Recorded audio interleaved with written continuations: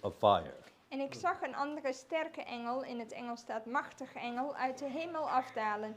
Hij was bekleed met een wolk en boven zijn hoofd was een regenboog. Zijn gezicht was als de zon en zijn voeten waren als zuilen van vuur. Now let's identify the mighty angel, because the mighty angel is important to the Advent movement. Laten we deze machtige engel identificeren, want die is belangrijk voor de Adventbeweging. And the study that we're going to be looking at. En de studie die we zullen hebben. The Bible says, first of all, how did the Bible identify this mighty angel? Hoe identificeert de Bijbel deze sterke of machtige engel? The Bible said his face was as it were the sun and his feet as pillars of fire.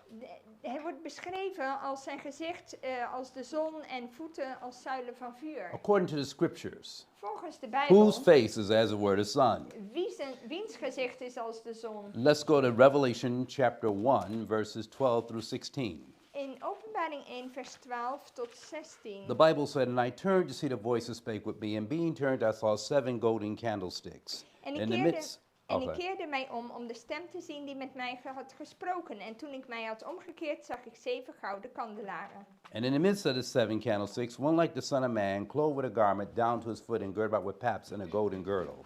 En te midden van de 7 kandelaren zag ik iemand die op de Zoon des Mensen leek, gekleed in een gewaad tot op de voeten en op de borst omgord met een gouden gordel. His head on his head was white like wool, white as snow, and his eyes was a flame of fire.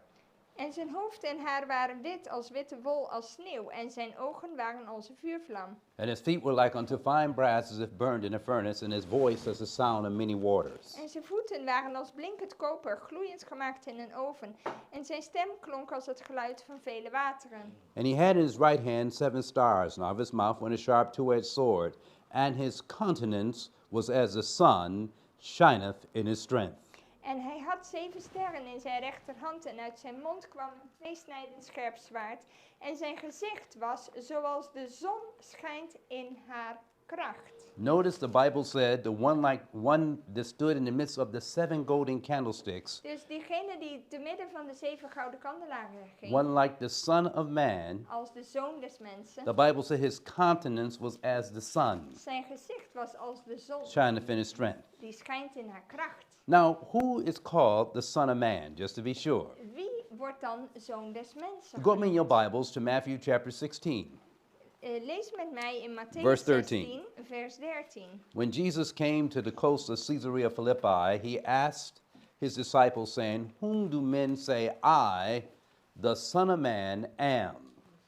Toen Jezus gekomen was in het gebied van Caesarea Philippi, vroeg hij aan zijn discipelen: wie zeggen de mensen dat ik, de zoon des mensen, ben? So we find that Christ is called the what? The Son of Man. Dus Jezus wordt zoon des mensen genoemd. And we found one like the Son of Man whose face was as the what? Sun. En we zagen de zoon des mensen, wie's gezicht was als de zon schijnt. In Matthew chapter 17, In Matthäus 17, verses 1 and 2, vers 1 en 2, the Bible talks about, and after 6 days, Jesus taketh Peter, James, and John, his brother, and bring them up into a high mountain apart, and was transfigured before them, and his face did shine as the sun. En na 6 dagen nam Jezus Petrus en Jacobus en Johannes, zijn broer, met zich mee en bracht hen op een hoge berg, alleen hen. En hij werd voor hun ogen van gedaante veranderd. Zijn gezicht straalde als de zon en zijn kleren werden wit als het licht. And so the mighty angel that will start the Advent movement is none other than Jesus. Dus de machtige engel die de Adventbeweging begint is niemand anders dan Jezus zelf. Now Jesus will start the movement he will be clothed, he will do it with the gospel. En Jezus begint de Adventbeweging en dat heeft te maken met het evangelie. Go in your Bibles again for a moment. The Bible said the mighty angel, Revelation 10:1, is clothed.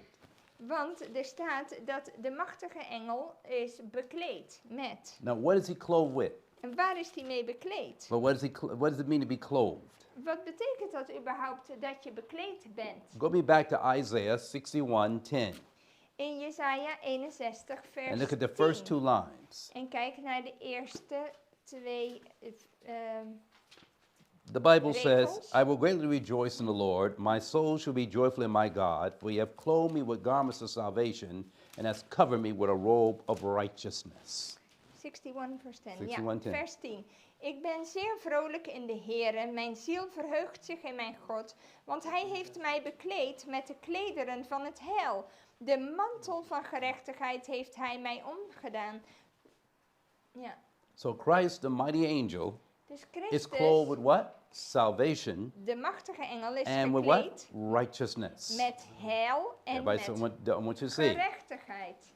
And so salvation is deliverance from sin. Heil of redding heeft te maken met redding van zonde. We can see that, we can find that in Matthew 1:21. We vinden dat in Matthäus 1 vers 21. When the Bible says, and she shall bring forth a son and shall call his name Jesus, for he shall save his people from their sin. Ja, want in Matthäus 1 vers 21 zegt, en zij zal een zoon baren en u zult hem de naam Jezus geven, want hij zal zijn volk zalig maken of redden van hun zonden. And then the Bible says he's clothed with salvation. He's also clothed with what? Righteousness. Hij is dus bekleed met heil, met redding, maar ook met gerechtigheid. What is righteousness? Wat is dat dan, gerechtigheid? Go with me in your Bibles to Psalms 119, 172. In Psalm 119 vers 172.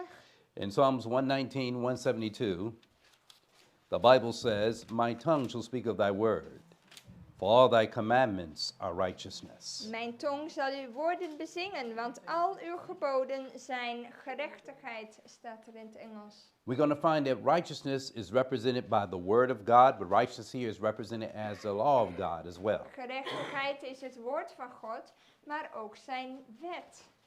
And so I want you to see, but now let's see, are these components, salvation and righteousness, is this connected to the gospel? Maar deze twee componenten, redding en gerechtigheid, zijn die ook verbonden met het Are these connected evangelie? to the gospel? Zijn ze gelinkt met het evangelie, ja of nee? Go with me to Romans 1, 16 and 17. Ga met mij naar Romeinen 1 vers 16 en 17. Romans 1, 16 and 17. If I'm going too fast, let me know. I'll slow it down a little bit. Als ik te snel ga, moet u het zeggen. That goes, but we have a lot to cover, though, brothers and sisters. And translation doesn't help it. Okay? Romeinen 1 vers 16 en 17.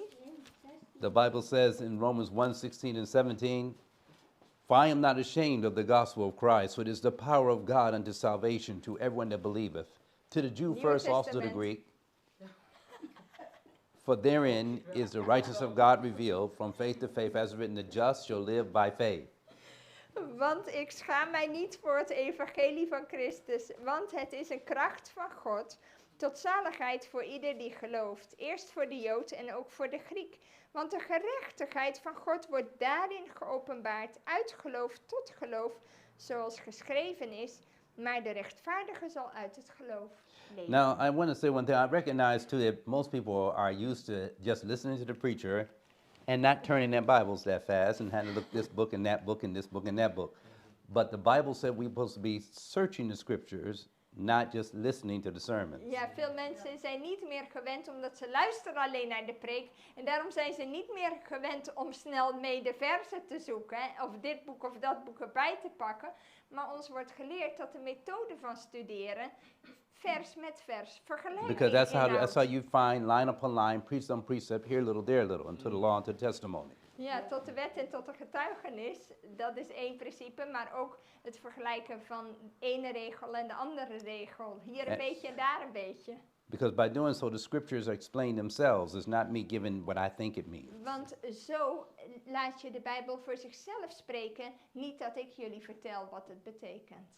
Okay? But I will try to keep it kind of slow here. Maar ik probeer het nog een beetje, Most probeer een beetje aardig te blijven voor Good. jullie. So what we have here, we have the mighty angel who is Jesus, Dus we hebben de machtige engel, Jezus, starting the Advent movement. die de Adventbeweging begint. He is clothed with salvation and with Hij is righteousness. bekleed met gerechtigheid en met heil. And that agency by which he's going to bring forth salvation, righteousness, is the gospel. En de manier waarop hij dat tot stand zal brengen is door het evangelie. And why is it going to be important? Because it's the gospel that's going to reveal to us the sure word of prophecy. En waarom is dat belangrijk? Omdat in het evangelie wordt ook de profetie aan ons In 2 geopenbaard. Peter 1:19, the Bible said it this way. In 2 Petrus 1 vers 19. For we also have a more sure word of prophecy that we do well to take heed, as a light that shineth in a dark place, until the day dawn and the day star arise in our hearts. Notice the Bible didn't say we have just prophecy, it said we have a more sure word of prophecy. Ja, let me read it. En wij hebben het profetische woord dat vast en zeker is, staat er. En u doet er goed aan daarop acht te slaan als op een lamp die schijnt in een duistere plaats, totdat de dag aanbreekt en de morgenster opgaat in uw hart. Meaning that no matter what people say, God's word will meet fulfillment regardless if you believe it or not. Dat betekent dat of je het nou gelooft of niet, of je het aanneemt of niet, maar het zal gebeuren, vast en zeker. And so the word sure means certain word of prophecy. Ja, het betekent heel vast We're en not zeker. guessing. Je raadt niet. We're certain that Jesus will come again. We are certain about the prophetic issues of the image of the beast, the mark of the beast, and the things that we're talking about. We weten heel zeker dat Jezus terugkomt, wat het beeld van het beest, het merkteken inhoudt en waar we mee te doen krijgen. And as we continue, we're going to see that we're certain about this issue of the time, our previous time prophecies that all ended, that come up to 1844. And we All zijn- time prophecies end in 1844. En we zijn ook zeker over al onze tijdsprofetieën die allemaal eindigden in 1844. We're not to reapply time nor to set time after 1844. En na 1844 wordt er geen tijdperiode meer aangeduid.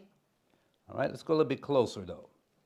And so we're going to find here, so now Revelation 14 is the message of the Advent movement. En daarom is Openbaring 14 de boodschap van de Adventbeweging. It carries 3 prophetic messages. Want het heeft de 3 profetische boodschappen. And they carry the first, second, and third angels' messages. Namelijk de eerste, tweede en derde engelboodschap.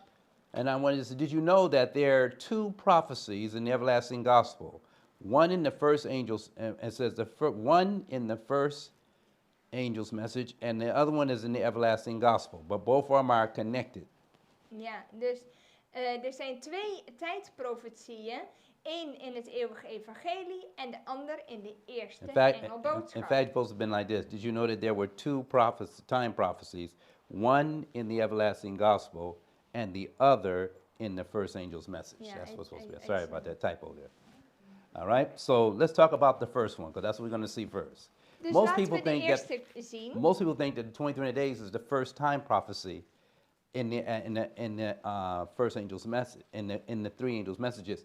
Actually, the fall of the Ottoman Empire, which is the rise and fall of Islam, is your first time prophecy message in your first angel's message. And when that prophecy meets fulfillment, then we will see the prophecy of the 23 days.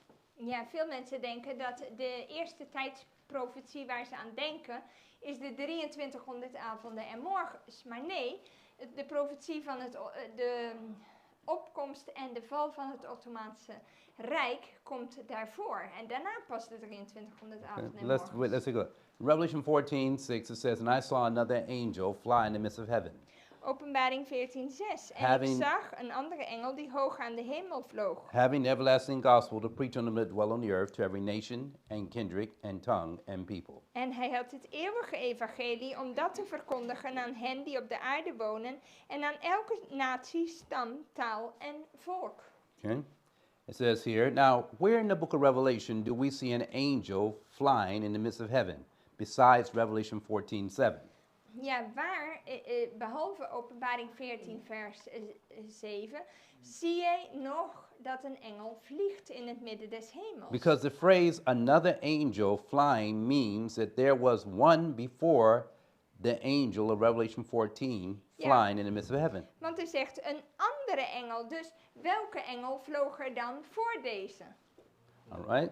Let's take a note. Revelation 8:13 says, "And I beheld and heard an angel flying through the midst of heaven." En die engel vinden we beschreven in Openbaring 8, vers 13, waar staat: En ik zag en hoorde één engel die hoog aan de hemel vloog en met een luide stem riep: Wee, wee, wee, hun die op de aarde wonen, vanwege de overige bazuinstoten van de 3 engelen die nog op de bazuin zullen blazen. But what I want you to notice is that very carefully, if you pay attention as we're studying, we're connecting lines and even paragraph and verses. This is Ja. how the Bible will begin to explain itself. Je moet dus teksten met tekst vergelijken. Dus als je zegt een andere engel vloog, dan moet je weten, hé, waar vloog die eerste engel dan? And notice in this one here, Een andere is een tweede. Waar is die eerste dan gebleven? Dus je moet het met elkaar verbinden, dan zie je het grote plaatje. in Revelation 14:6 says, I saw another angel fly in the midst of heaven. Then we come down here to Revelation 8:13, and when you read through, it says, an angel flying through where? The midst of heaven. En hier vloog hij in het midden That's how we des know that's hemels. the other one.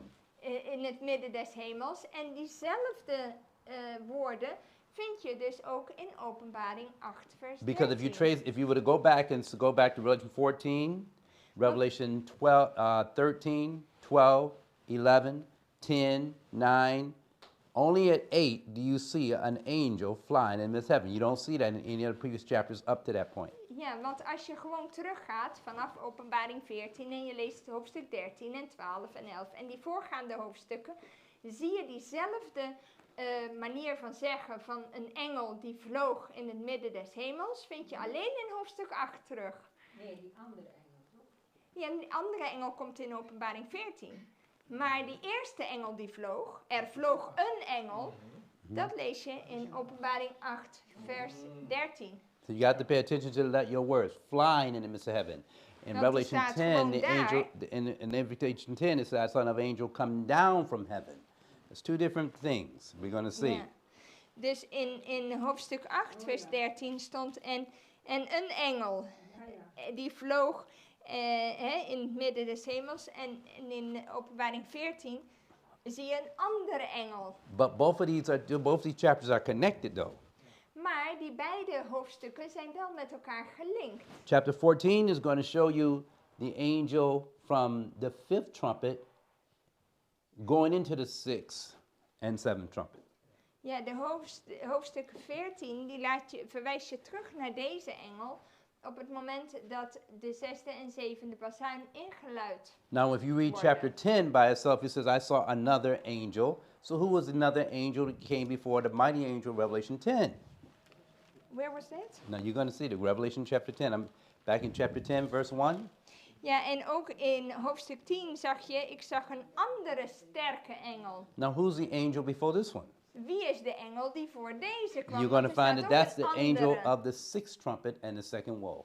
En dan zie je dat dat terug verwijst naar de 6e engel en de tweede wee. Both the start of the chapter, Revelation chapter 10, and the start of the first angel's message, both point to the trumpets. That's what you're going to see. Ja, beide engelen, zowel this angel, This- deze engel And the other en one. die van the mighty hoofdstuk angel. 10, de machtige engel of sterke engel, verwijzen allebei terug naar de bazuinen. Well, let's go a little bit closer now. Everybody got that? I'm trying to move it slow on you on this one so you can get it.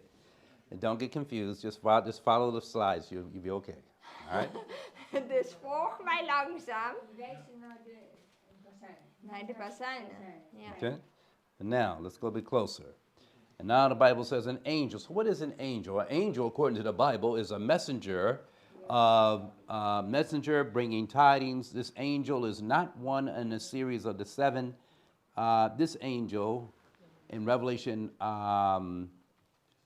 8:13, this angel is not one in the series of the 7. It's supposed to be this angel is one in the series of the 7 trumpets. It's not one in the series of 7 trumpets, but simply another heavenly messenger. All right, but this is what it's bringing out here. It says here, flying in the midst of heaven. Now, Go back because I have to translate still. okay, Don't go Okay. too fast. Engel betekent boodschapper, die ook een boodschap brengt. En deze engel is niet een van de 7 bazuinen, maar is gewoon een andere hemelse boodschapper. okay. Now notice this with me again. Now it goes on and says, now that these 3 trumpets, now these angels are representing, you got the angel flying into heaven, saying, "Woe, woe, woe," for the three angels and the three trumpets that are yet to sound. Ja, als je even teruggaat naar Openbaring 8, vers 13, dan zie je dat je hebt die één engel die hoog aan de hemel vloog. En hij zei, wee, wee, wee, hun die op de aarde wonen vanwege de overige bazuinstoten van de drie engelen die nog op de bazuin Now zullen notice, blazen. notice very carefully, the three trumpets and the three woes are descriptions of, now this is what the big picture. This is what those last three trumpets are dealing with. Now watch carefully because our third angel's message is directly connected to this one. Our third angel's message is directly connected to this subject matter. Watch. It says here, I'm giving you a big picture first. Dit is eerst het grote plaatje. Hier heb je drie trompetten en die zijn tegelijkertijd ook drie weeën. Notice here, it said these three trumpets, talking about the fifth trumpet and the first woe, Ja, dus de vijfde trompet, de vijfde bazuin is dat. En het eerste wee. the sixth trumpet and the second woe, De zesde bazuin gaat samen met de tweede wee. and the seventh trumpet and the third woe. En de zevende bazuin gaat samen met de derde wee. Listen, these three trumpets and the woes are descriptions of judgments that God has sent and will send on the papal beast. Ja, en als je dit ziet, dan zegt ze deze drie bazuinen en deze drie weeën zijn een beschrijving van de oordelen die God heeft gestuurd en zal sturen over het pauselijke beest. The abomination of the whole earth. This is from De- Miller's Evidence, gruwel. page 115 and 116. De gruwel van de hele aarde. Okay, and that's what he was preaching back in the day. All right, now, the first prophecy of the everlasting gospel of the first angel's message and its fulfillment. De eerste profetie van het eeuwige evangelie van de eerste engelboodschap en zijn vervulling. The rise of Muhammad Dat and was the fall of the Ottoman Empire is, it says, the fifth trumpet and first woe, sixth trumpet and second woe. Ja, de opkomst van Mohammed en de val van het Ottomaanse Rijk is de vijfde trompet, het eerste wee en de zesde bazuin en het tweede wee. Now, this is very important because most people do not know that this is in prophecy, that the whole Muslim world is in the prophecy and what they're mensen- going to do in end time. Weten helemaal niet, verbinden niet, dat de islam is beschreven in de Bijbel, eerstens, en ook welke rol zij in onze tijd zullen vervullen. And right there in the book of Revelation, in Revelation chapters, especially chapter 9, Vooral vind je We're gonna see deze that. hele beschrijving in Openbaring 9. okay? Revelation 8:2, we're going to deal with the trumpets again. Now, let's talk about this angel with trumpets for a moment. We gaan het even hebben over het aspect van die engelen met deze bazuinen. And I saw an angel which stood before God, and to them were given 7 trumpets. I saw 7 angels which stood before God, and to them were given what? 7 trumpets. In Openbaring 8 vers 2. En ik zag de 7 engelen die voor God stonden en aan hen werden 7 bazuinen gegeven. Okay? We know an angel was a messenger or minister, but what is the trumpet symbolizing? Oké, we weten dat die engel een boodschapper is, maar die bazuin, wat stelt dat voor? In Jeremiah 4:19 it says, my bowels, I am pain at my heart. It says, my heart maketh a noise in me. I cannot hold my peace, because thou hast heard, O my soul, the sound of the trumpet, the alarm of war. A trumpet is a symbol of war. Jeremia In the Old 4 Testament. vers But you get the point. 19 In the staat, Bible. mijn binneste, ik krimp ineen, wanden van mijn hart. Mijn hart is onrustig in mij, ik kan niet zwijgen, want u, mijn ziel, hoort bazuingeschal en krijgsgeschreeuw. Now- Dus het is verbonden met oorlog. Now, to give you a good example, what did Jesus say will be taking place in the world just before he comes? In Matthew 24, he said there'll be what? Wars and what? Rumors of wars. En wat had Jezus that gezegd, in mind. voorspeld in Matthäus 24, er zullen oorlogen zijn en geruchten van oorlogen. Okay? Let's go closer. the Bible says that this angel's connected to the 7 angels and the 7 trumpets. Dus deze engel is verbonden met de 7 engelen met de 7 bazuinen. Okay? Now, notice again. It says the 3 angels yet to sound were what? The last 3 angels of the 7 trumpets De 3 of engelen. Revelation 8:2. Ja. Dus What you see. I'm taking notes, but good. Make sure you got it in your notes good, because that's what you're going to see. The 3 angels yet to sound were the last 3 angels of the 7 trumpets of Revelation 8:2. ja, dus.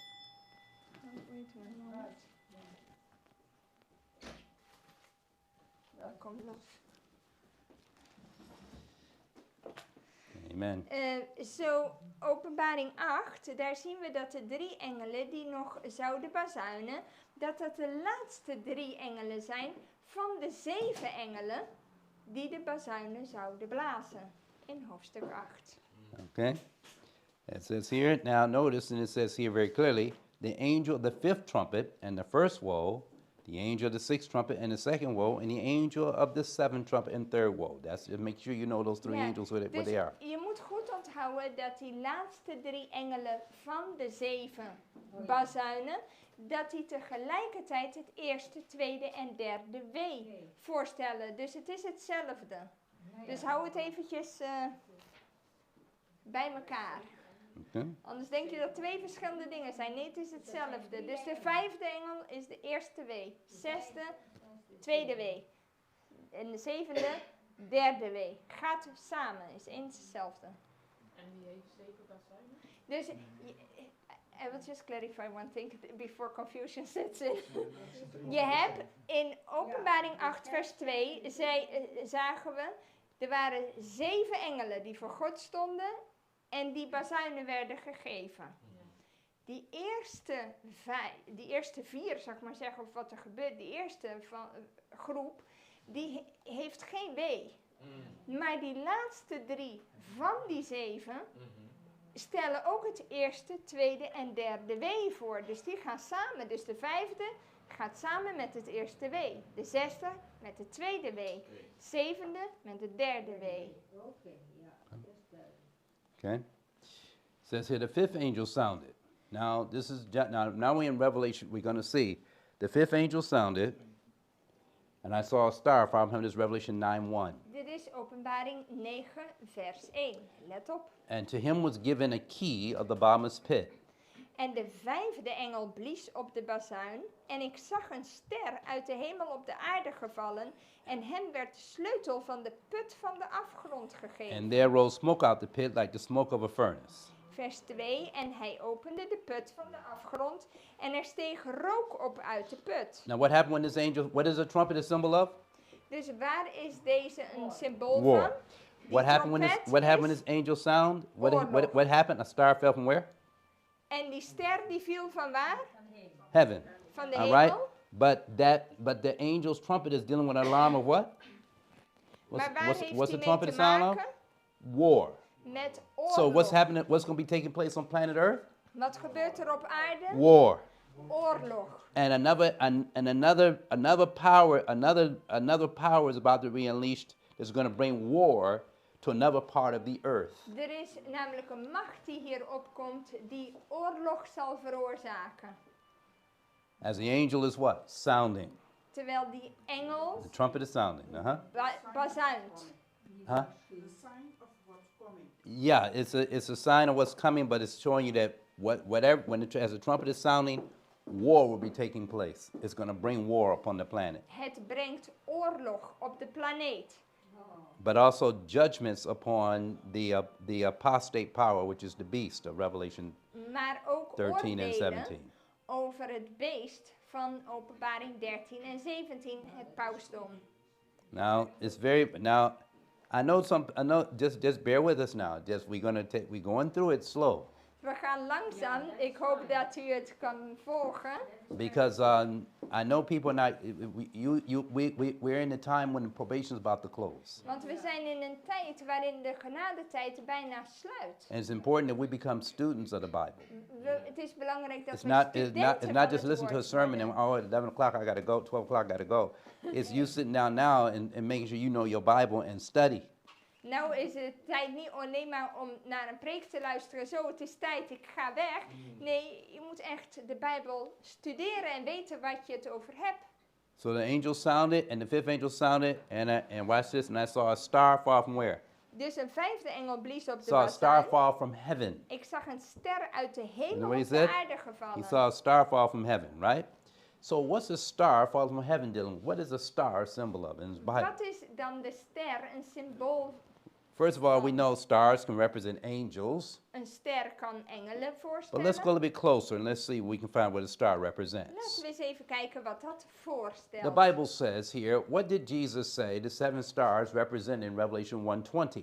Wat stelde de 7 sterren voor die in Jezus' hand waren in Openbaring 1 vers 20? The Bible said, the mystery of the seven stars was thou sawest in thy right hand, and the seven golden candlesticks. The seven stars are the angels of the seven churches, and it says, the seven candlesticks which thou sawest are the seven churches. Openbaring 1 vers 20. Het geheimenis van de 7 sterren die u in mijn rechterhand hebt gezien en van de 7 gouden kandelaren is. De 7 sterren zijn de engelen van de 7 gemeenten. En de 7 kandelaren die u hebt gezien zijn de 7 A gemeenten. star in Bible prophecy represents what? An angel or messenger here. Een ster Keep that in stelt mind. dus een engel of een boodschapper Now you're gonna have to keep this in voor. mind because as we break down what this star represents, you're gonna see that God is not remiss on describing exactly who that power is and the leadership of that power. Ja, God die gaat heel Watch carefully. precies dat aanduiden als je begrijpt waar een ster over gaat. Dus let op. Okay? The Bible says, well, first of all, let's see. In Numbers 24:17, the Bible says, I shall see him, but not now. But I shall behold him, but not nigh. There shall come a star out of Jacob, a scepter shall rise out of Israel, and shall smite the corners of Moab, and shall destroy the children of Sith. In Numeri 24 vers 17 staat, dus een ding van Biliam. Ik zal hem zien, maar niet nu. Ik zal hem aanschouwen, maar niet van nabij. Er zal een ster uit Jacob voortkomen. Er zal een scepter uit Israël opkomen. Hij zal de flanken van Moab verbrijzelen en alle zonen van Seth vernietigen. Did everybody catch that? Heb je dat gezien? First of all, notice a stars come out of where? Jacob. But I want you to get this. De ster kwam uit Jacob. We're going to see something though. A star is a symbol of a religious leader. Het is hier een symbool van een religieuze leider. Was Jesus a religious leader? Was Jezus een religieuze leider? Yes, he was. Ja. This is what the Bible says in Matthew 2:2. Dat is wat we ook zien in Matthäus 2 vers 2. Saying, where is he that is born king of the Jews? For we have seen his star in the east and have come to worship him. En zeiden, waar is de pasgeboren koning van de Joden? Want wij hebben zijn ster in het oosten gezien en zijn gekomen om hem te aanbidden. So Jesus was represented as his star was represented, he represented him as what? A religious leader. Jezus werd dus ook als ster, als een religieuze leider voorgesteld. Now, is this star in Revelation 9 Jesus? The answer is no. Is de ster in Openbaring 9 Jezus? Nee. But the star is representing a religious leader Maar de ster staat wel symbool voor een religieuze leider. who will claim to be a messenger of God. Die zal zeggen Don't miss this dat now. hij een boodschapper van God is. What is the star a symbol of? A religious leader. Dus deze ster is een symbool van een religieuze leider. But this religious leader will claim to be also what? A messenger of God. Maar hij zal claimen of aanspraak erop maken dat hij een boodschapper van God is. Let's go closer. It says here, so what does it mean? What does it mean the star fell from heaven? What does that mean? Wat Star fell from betekent heaven. dat die ster uit de hemel viel? First of all, it fell from heaven mean perhaps the word heaven this is the Greek word oranos. Het woord hemel, hier is het woord Uranus in het origineel. And it means here the idea of elevation, Dat heeft te maken met een verhoging. meaning heaven being high in this case. It Uh, also means by extension, heaven as the abode of God. That's one definition. De lucht, hemel als waar God woont. And by implication, happiness and power, eternity. Maar het betekent ook geluk, macht en eeuwigheid. But now listen carefully. Specifically, though, Maar in this word, specifiek in this word heaven here, orenos, it means the gospel or Christianity. verwijst het hier naar het evangelie. So here is a star, a fallen star, Hier is een gevallen ster that claims to be a messenger of God, die er aanspraak op maakt dat hij een boodschapper van God is. who has rejected the gospel of God, Maar hij heeft het evangelie verworpen. but will claim to be a messenger of God. Maar dan nog maakt hij er aanspraak op dat hij een boodschapper van And will God become is. a great religious leader with thousands of followers. En hij zal een grote religieuze leider worden met duizenden volgelingen. What a deception. Wat een You're going misleiding. to see again. Let's go closer. And as you can see, I gave you a little hint, because what you got here is that religious leader we're going to find out is Muhammad, We gaan uitvinden dat die religieuze leider Mohammed is. where he rejects the word of God. Wanneer hij het woord van God verwerpt. And we're going to see later on that he had opportunity to know the truth about the word of God. En we But zullen he later rejects the word of zien- God and exalts the Quran. We zullen laten zien dat hij de kans heeft gehad om het evangelie te leren kennen. we're gonna- Maar dat hij die aan de kant heeft gezet en heeft zijn eigen versie gemaakt in de Koran. But let's go a little bit closer. So we're going to find the fifth angel sounded, and I saw a star fall from heaven to the earth, and to him was given a key of the bottomless pit. That fallen star represents the rise of Muhammad. But he rejected Christianity. So when it talks about him falling from heaven, that was his rejection of the gospel. De vijfde engel blies op de bazuin en ik zag een ster uit de hemel op de aarde gevallen. Het was een gevallen persoon omdat hij het evangelie heeft verworpen. Okay?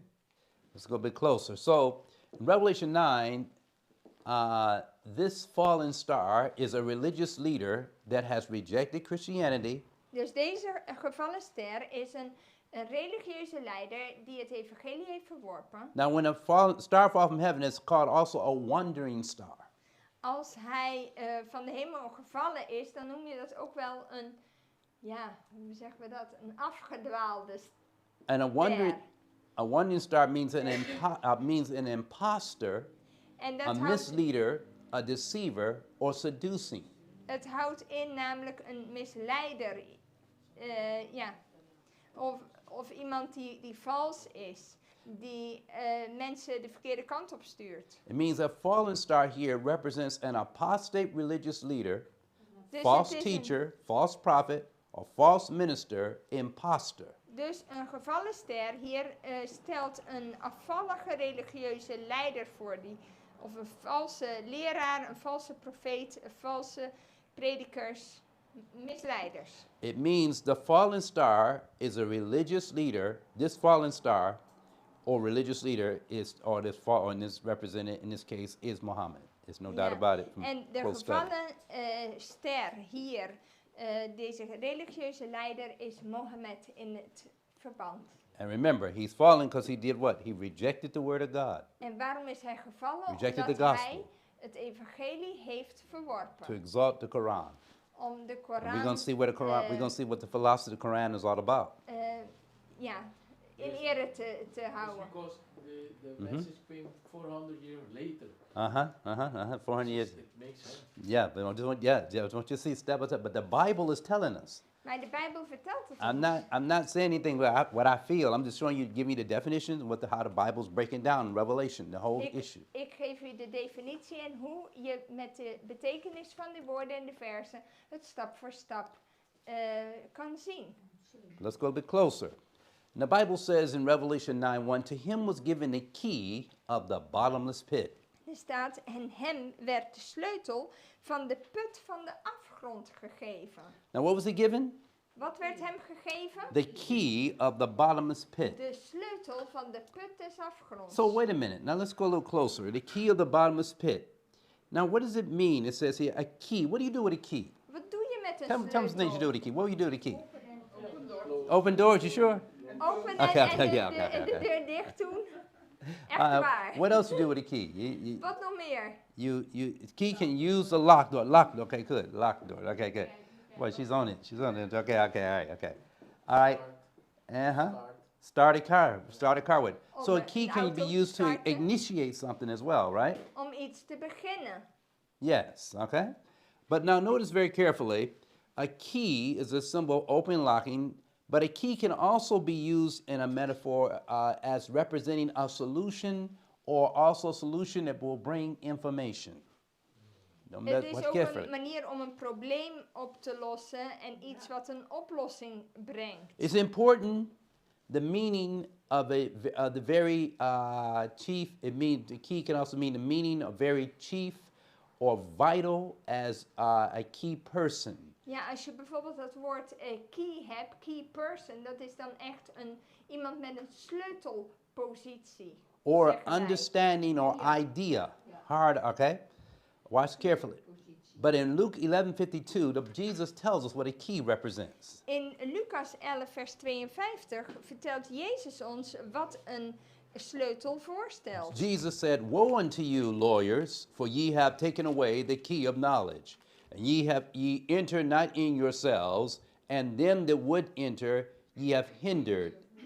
Note the key refers to knowledge, which is connected with wisdom and understanding. Oké, wee u wetgeleerden, want u hebt de sleutel van de kennis weggenomen. Zelf bent u niet binnengegaan en u hebt hen die binnengingen tegengehouden. Dus de sleutel staat hier voor kennis, wijsheid of begrip. Now, question: is all knowledge and wisdom coming from God? Is alle kennis en Does all knowledge wijsheid, and wisdom come from God? komt dat van God? Are you sure? Nee. The answer is no. No. I said all knowledge and wisdom does not come from God. Nee, niet alle wijsheid komt van God. Some come, the Bible tells us, listen carefully. Luister goed. In the book of James, chapter 3, verse 13, listen carefully. In Jacobus 3 vers Because 13. remember now, this is a fallen star. Want dit is een gevallen ster. And we found out it's a wandering star, representing this person has false teachings and false philosophy. En hij heeft een valse filosofie in de betekenis. Okay, now listen carefully.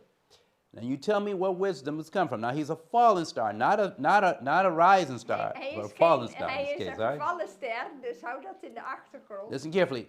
Who the Bible says, what does it says, where does Muhammad's key of knowledge, wisdom and understanding come from? Waar This is komt important. die wijsheid en dat begrip van hem vandaan? Now this is Deze important kennis. because if you ever talk to a Muslim or somebody like that, Als je al eerder met een moslim hebt gesproken, you will find them sometimes talking with you about they believe the Abraham and Isaac, and you'll be like, wow, these people can not too far away.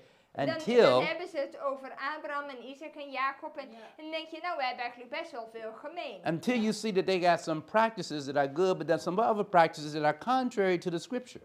Maar dan zie je een aantal gebruiken die aan de ene kant heel goed zijn, maar aan de andere kant zijn er ook die helemaal niet in harmonie zijn met de schrift. But they would almost make you believe that they believe the same thing you believe, almost. Maar het lijkt net alsof ze bijna hetzelfde geloven als u en ik. So watch this though, but the issue is where is their philosophy? What is the root cause of where their knowledge is coming from? Maar Where is it coming from? Waar komt hun kennis vandaan? Want hij heeft die Because sleutel. it seems like they got a little truth mixed with error. Want zij hebben waarheid en leugen vermengd. Let's take a look. Let op. It says, James 3:13 says, who is wise and endued with knowledge among you? Let him show out of a good conversation his works with meekness and wisdom.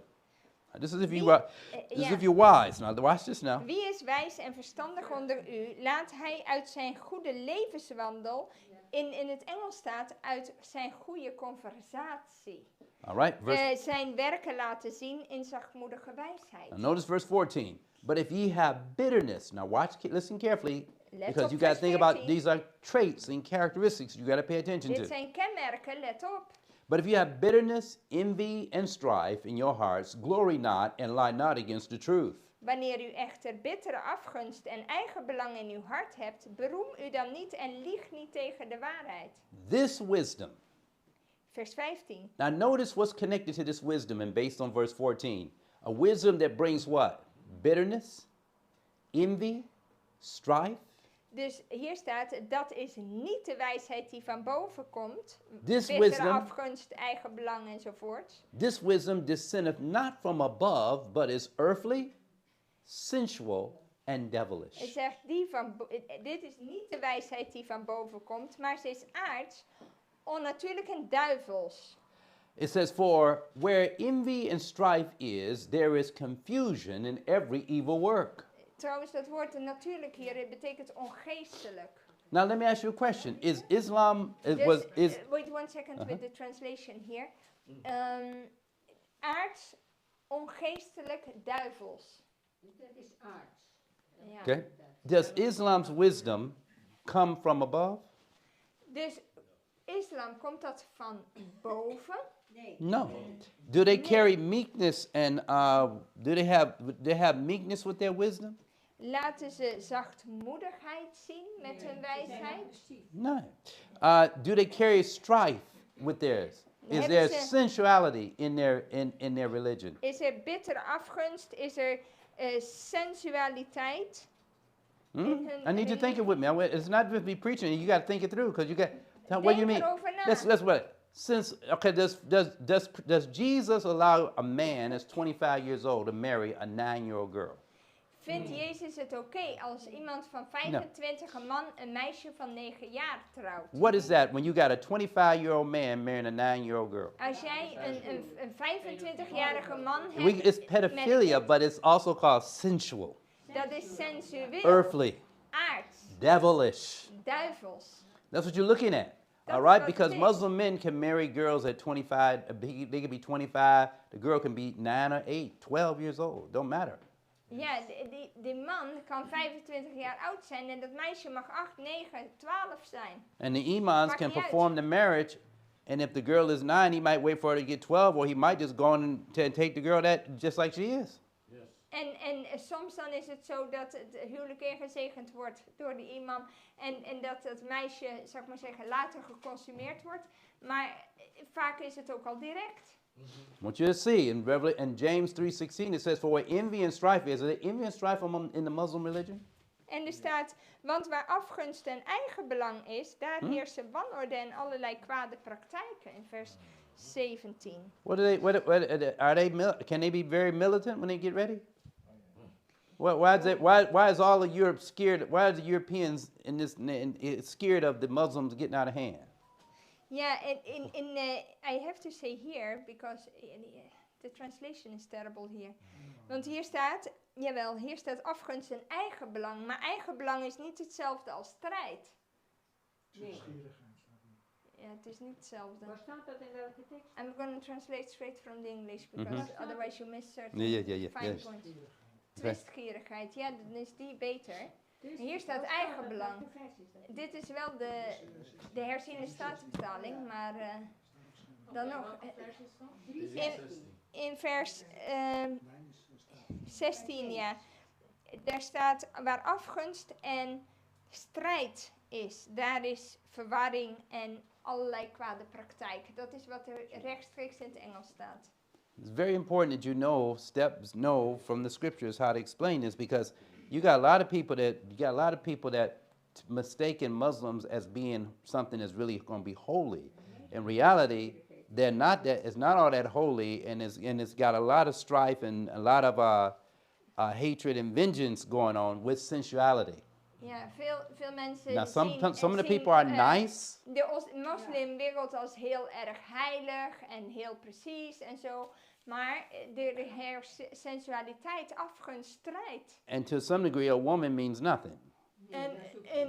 She don't have no rights. En de vrouwen hebben geen rechten. Nee, die worden Bijna niet. misbruikt. I'm just trying to show you what goes on. Now, a lot of people get caught up with that, but they don't realize that they don't understand the deep philosophy. But the Bible warns you that this particular power that has wisdom coming from beneath, when you see the characteristics of sensuality, that's one. Als Then you je- see the issue of the strife and bitterness and stuff Ja, like that dus going on. de Bijbel die waarschuwt je ervoor. En die Ja, I know zegt, what you're nee, looking er at. is bitterheid, er is afgunst, er is strijd. Historically, watch this. Here we go. Historically, now remember, he was given a key.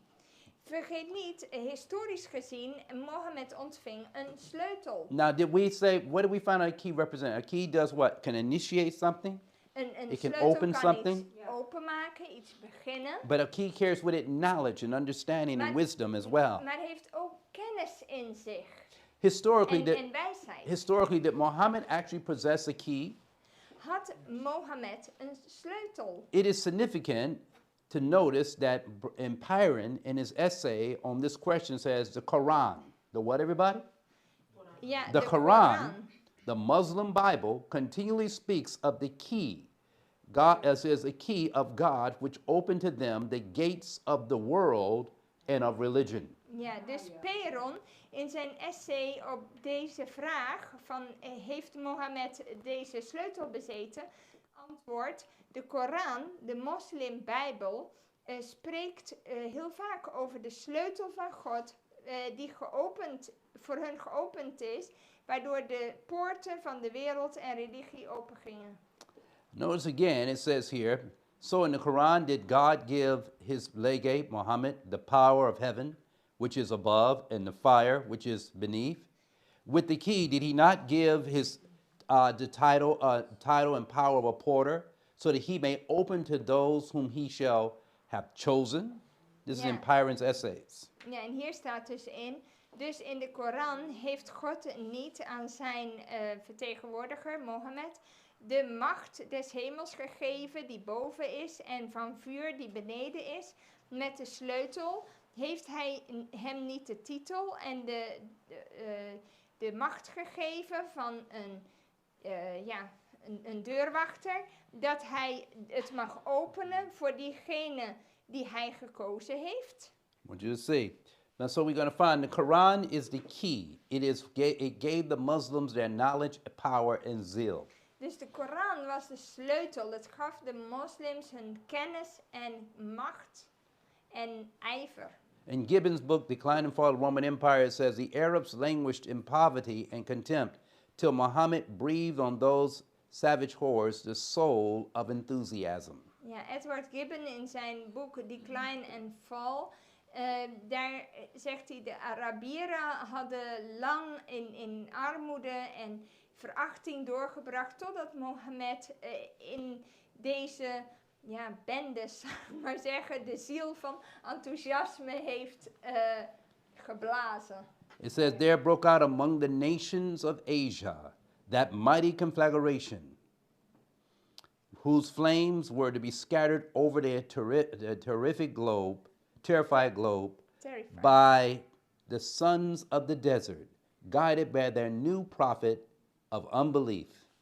Ja, hier staat, onder de naties van Azië brak een geweldige samenscholing uit, wiens vlammen zich verspreiden over de angstige wereldbol door de zonen van de woestijn, geleid door hun nieuwe profeet van ongeloof. Okay? So, what is the bottomless pit? Because the Bible says he opened the bottomless pit. Nou staat er in Openbaring 9 vers 1 dat hij opende de put van de afgrond. The word of pit, bottomless pit, means it's the Greek word abusos, and it means a uncultivated place, a wilderness. De put van de afgrond, daar in het origineel vind je daar het woord abyssos en dat houdt in een ongecultiveerde wilde plaats. Okay? Also, it can mean a barren land or a desert. En verwijst ook naar Keep this een in mind. onvruchtbaar woestijngebied. What does bottomless pit can represent? Dus What waar are heeft two het things? het over? A desert, Een woestijn and also a what? A barren place or wilderness. of Keep een this in mind. wildernis. All right, let's go a little bit closer. We're going to see. Let's carefully. The scriptures teach that the Arabians lived in the wilderness and desert. de schrift leert ons dus dat de Arabieren leven in de wildernis van de woestijn. This is referring to the Arabia and the Arabs countries of the Middle East. We're going to see. Dit verwijst naar Arabië en de Arabische landen van het Midden-Oosten. The father of the Arab nations is Ishmael, and the grandfather of the Arab nations is Abraham. De vader van de Arabische naties is Ismaël en de opa van de Arabische naties is Abraham. We're going to see a little bit more. The Bible says in Genesis 21:20. Let's go back to history for a moment. Laten we even teruggaan naar Genesis 21 vers 20. Note it says Ishmael dwelt where? In the wilderness. Let's Yeah. see. In Als je Genesis ziet- 21:20 and 21, it says, "And God was with the lad, and he grew, and dwelt in the wilderness, and became an archer." And verse 21 says, "And he dwelt in the wilderness of Paran, and his mother took him a wife out of the land of Egypt." What is Paran? Where is it located?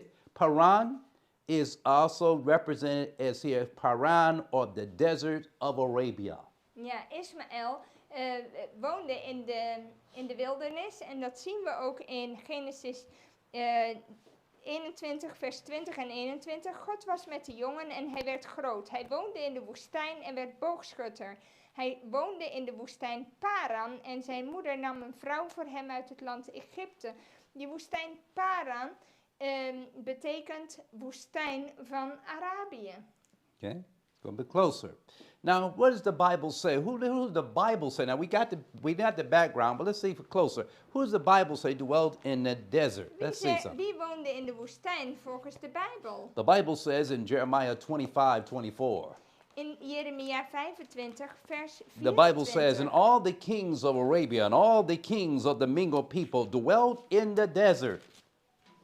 Ja, er staat That dwelt hier in aan where? al de koningen van Arabië. desert. So- en al de koningen van de gemengde bevolking die in de woestijn woont. So we're going to find that the bottomless pit is actually the desert region of the world. Dus die put van de afgrond is een woestijngebied in de wereld. And we're going to see, just a moment, look a bit closer, look a bit more.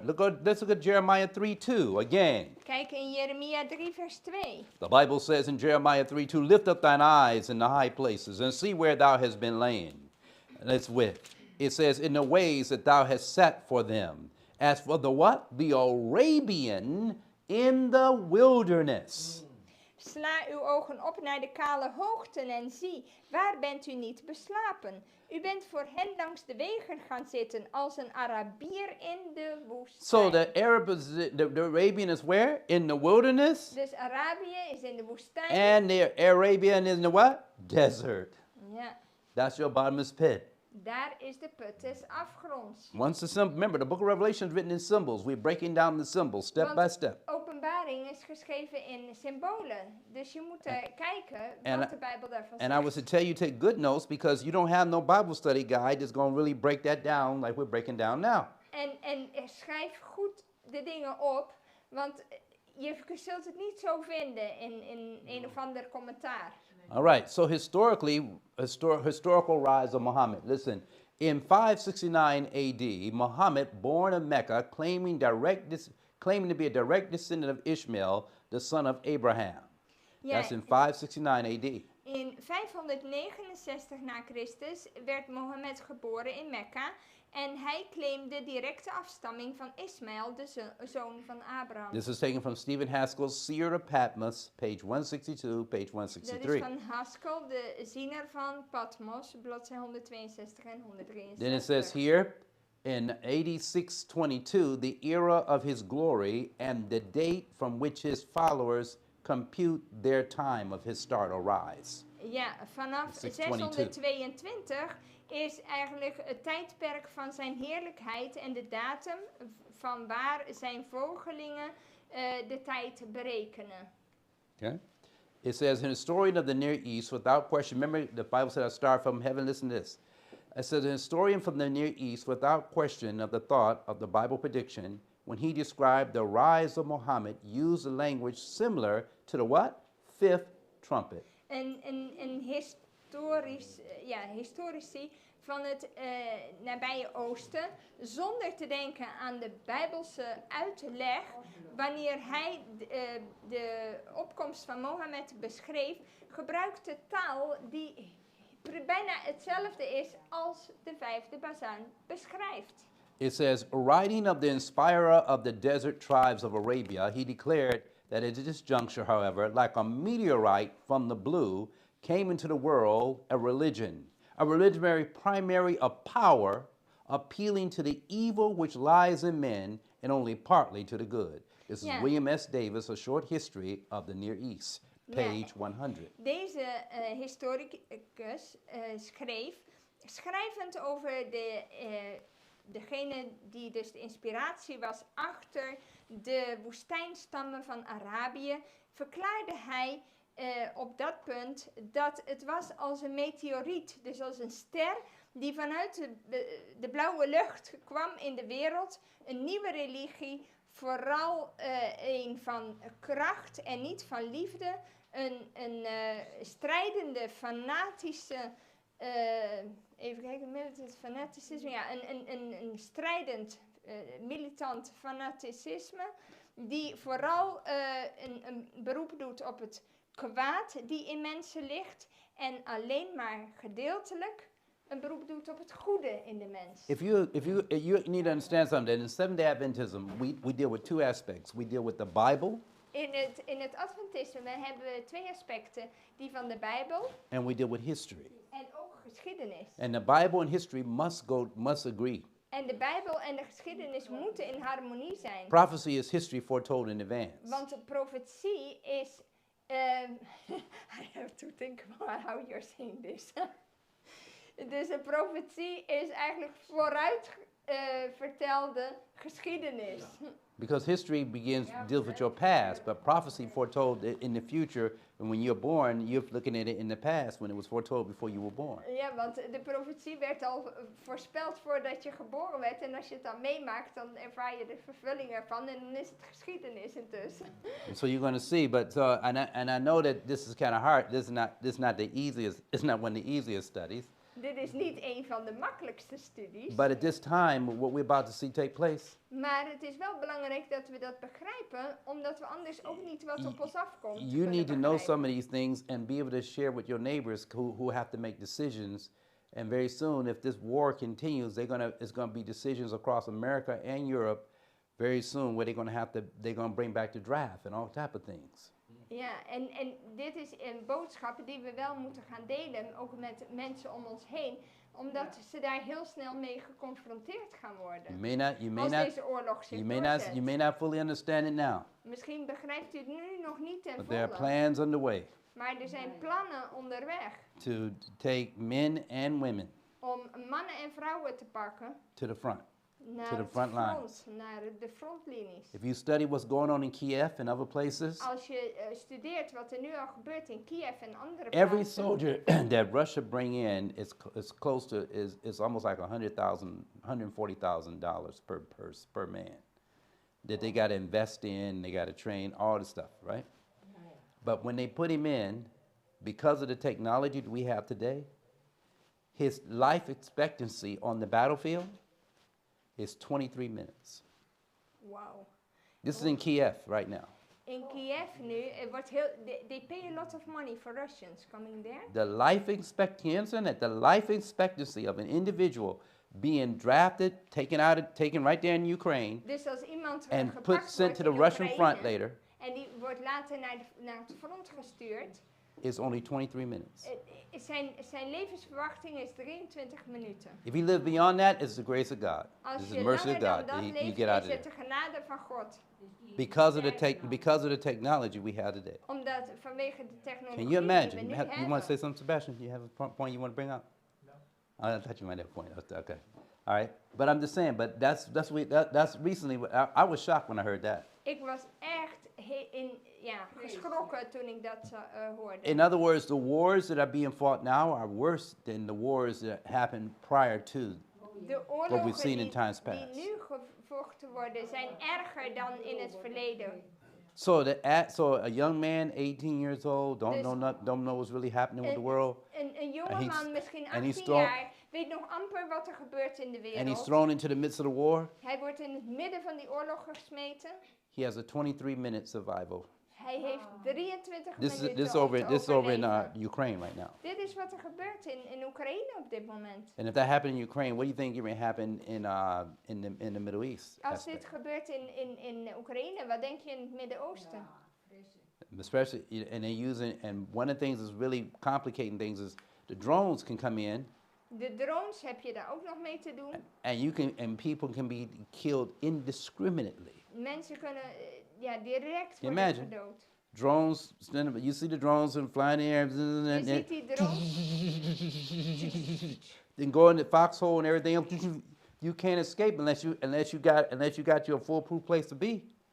And the drone can stand outside and wait for you too. en die drone die kan ook nog op je wachten. More controlly. I'm just trying to tell you I'm just saying what people can do. Ik laat je zien wat mensen in staat zijn te doen. Or they lock you in your picture and they can trace you trace your whole profile. En ze kunnen je profiel checken, alles. These things that we're watching is unheard of. Dit is ongehoord. But I'm just giving you an example where we are. And so the star that fell from heaven, Muhammad, who claimed to be what? A messenger of God. Dus de ster die van de hemel viel is Mohammed, die aanspraak maakte dat hij een boodschapper van God was, While rejecting Jesus Christ terwijl hij Jezus Christus God's word verwerpt, zijn woord and his law. en zijn wet. Historically, though Muhammad rejected Christianity, sometime later, some of his Turks did accept the true Sabbath-keeping Christianity. Ja, Others who did not accept it had respect for it overall. ja. Dus Sabbath-keeping Christianity, not Sunday-keeping. historisch gezien, hoewel Mohammed het ware christendom verwierp, waren er een tijd later, een aantal van de Turken, die wel de ware Sabbat aannamen van het christendom. En anderen die het niet accepteerden, hadden er dan nog wel respect voor. And now we're going to see that the fifth trumpet and the first woe and the sixth trumpet and the second woe is God's judgment on Eastern Rome and the apostate Christendom represented by the papacy. It enabled the Reformation to go forward. Hier heb je het punt waar we al een Protestant keer eerder Reformation. over gehad hebben hier. Dat de vijfde bazuin het eerste wee en de zesde bazuin het tweede wee, dat God islam gebruikte als een oordeel over het Oosterse Romeinse Rijk en ook het afgevallen christendom zoals het voorgesteld wordt door het pausdom. En dat stelde de reformatie in staat om voorwaarts te gaan. You'll see. And this is again, you got Muhammad doing what? Rejecting the Bible. Hier heb je te maken met That's why Mohammed that's die de represented as a Bijbel fallen star. afwijst. Hij is een gevallen ster. Rejected Jesus and his word. Jezus en zijn woord heeft hij verworpen. Okay? Very important. Again, the star fell from where? Heaven. We got the issue of the first woe, and what's coming out the first row? Wat We're going komt to see uit the het rise eerste of the wee? Mohammedans. Daar zie je Muslim de opkomst world. van de moslims. Okay? Revelation 9:2 says, He opened the bottomless pit, and there arose smoke out the pit as the smoke of a great furnace.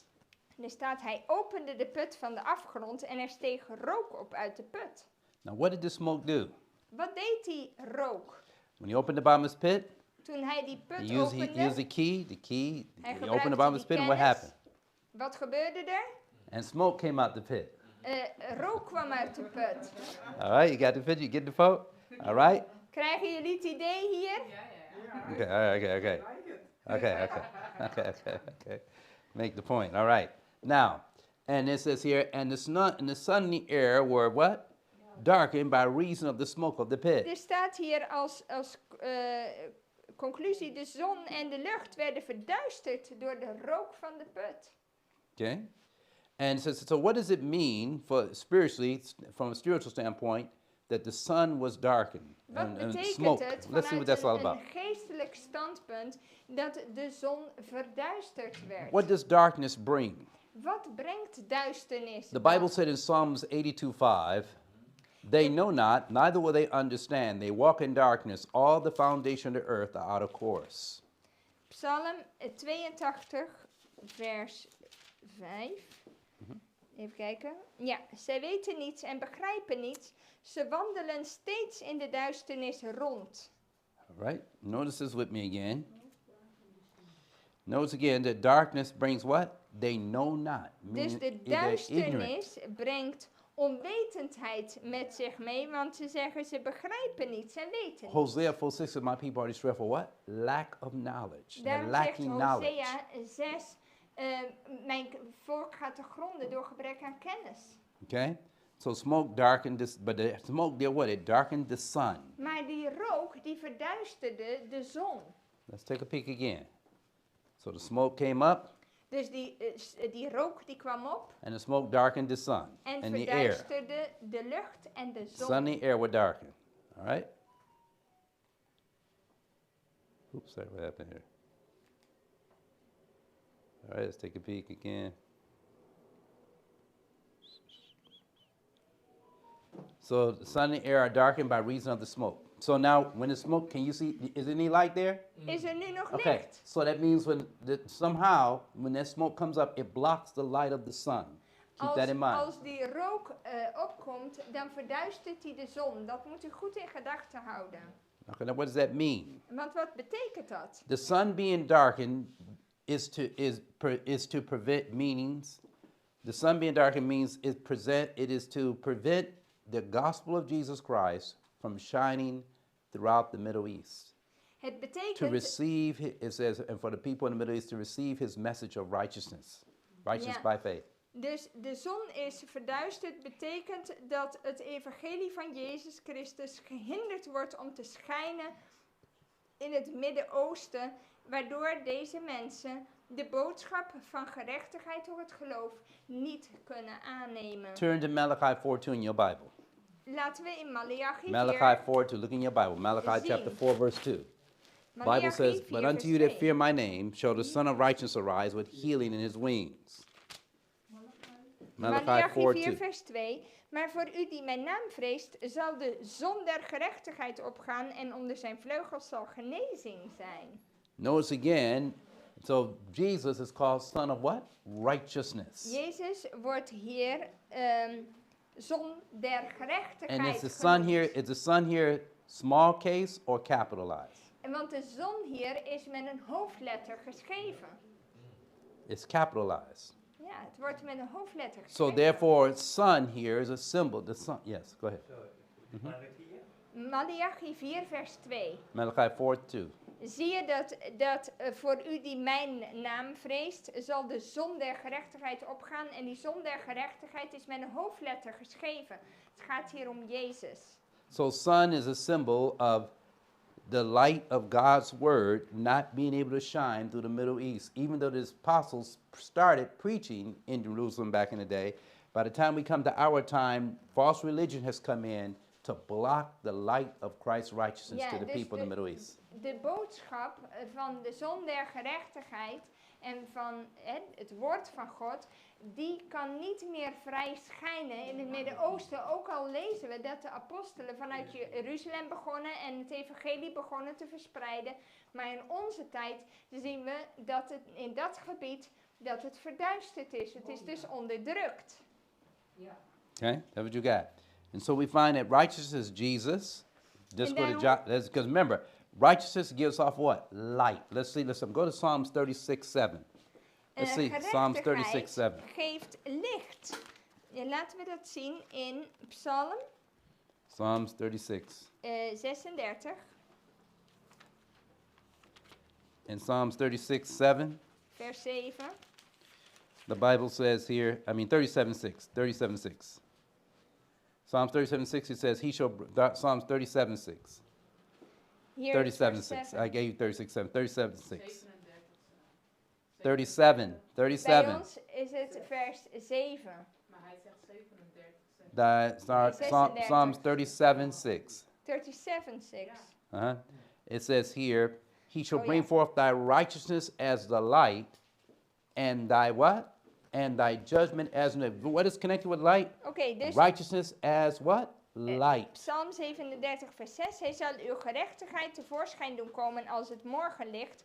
Uw recht doen stralen als de middagzon. So what is being blocked? Dus wat wordt er By the hier smoke coming out that geblokkeerd pit? door die rook? Righteousness. So Gerechtigheid. but where is the wisdom coming from that's brought this on? Maar From waar beneath komt or die from above? wijsheid vandaan? Die hier was gekomen? Van beneden of From van beneath. boven? And where and Van what beneden. type of wisdom did that come from beneath? That's En gonna waar kwam dat vandaan? earthly, Het was aards, sensual, het was sensueel and devilish, en duivels. and full of Ongeestelijke strife duivels. and bitterness. En het ging over strijd en bitterheid, afgunst. All right, just want you to see what you're looking at. The Bible is telling you, giving you the exact characteristics of the religion. De Bijbel geeft u precies de kenmerken van deze religie. Then it goes on and says here, it says the word here in Psalms, you light, Jesus says in John 8:12, I am the light of the world. In He Johannes, that follows me shall not walk in darkness, but have the light of life. in Johannes 8 vers 12 zegt Jezus, ik ben het licht der wereld en wie met mij gaat, hoeft niet in de duisternis te In wandelen. Psalm 119, 123, In the Bible said, Psalm 119 vers 123. mine eyes were filled for thy salvation, for the word of thy righteousness. Mijn ogen zijn bezweken van verlangen naar uw heil en naar de belofte van uw gerechtigheid. And then we find in Psalms 119, 172, my tongue shall speak of thy word, for all thy commandments are righteousness. We talked about that earlier. En in vers 172, mijn tong zal uw woorden bezingen, want al uw geboden zijn gerechtigheid. But Jesus, his word and his commandments all give what? Light. Want Jezus, zijn geboden en zijn woord geven allemaal licht. Okay, it's very important. Watch it a little closer now. Here we go again. Now, what does the spirit prophecy say about Mohammedanism? Wat zei de geestenprofetie over de islam? It says the home missionary, September 1892, wrote, Ellen White writes, In het boek The Home Missionary schrijft de zuster White, Mohammedanism has its converts in many lands. de islam heeft zijn bekeerlingen in vele landen. Now, this is very important because you got Adventists doing this very thing today. Listen carefully. En let op, want veel Adventisten doen nu precies hetzelfde, dus let op. It says it has its advocates deny the divinity of Christ. En degene die deze religie vertegenwoordigen, verloochenen de godheid van Christus. And this is what she says. Shall this faith be propagated? En ze vraagt hier, moet dit geloof worden gepropageerd, moet er ondersteund worden? And the advocates of truth fail to manifest intense zeal to overthrow the era and teach men of the pre-existence of the only Savior of the world? En ze vraagt hier, moeten dan de vertegenwoordigers van de waarheid falen erin om die intense ijver aan de dag te leggen, om deze dwaling teniet te doen en mensen te leren over het originele bestaan van de enige heiland van de wereld. So she talks about Christ having a Wijzend naar Jezus. She talking about Jesus has a pre-existence, and she shows that Jesus is divine. Dus ze laat duidelijk zien As dat well as human. Christus You don't see that. ten eerste goddelijk is en tweedens dat hij al bestond voordat hij naar deze wereld kwam. And so you got Adventists going on here believing that Jesus is not divine, then they're in the same era that the Muslims are in. Ja, dus als je nu Adventisten hebt die de godheid van Christus verloochenen, dan geloven ze precies hetzelfde als de moslims. Somebody might want to change religion, okay? Okay? All right, we're going to see. Now, what does it mean, the air darkened? Let's talk about Wat that for a moment. betekent het? We hebben nou gezien Because the wat sun het was darkened and the betekent air was darkened, right? dat de zon verduisterd was, maar wat betekent het dan dat de lucht So verduisterd what does it mean for the air to be darkened?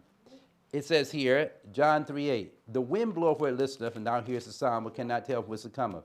So is everyone that is born of the Spirit.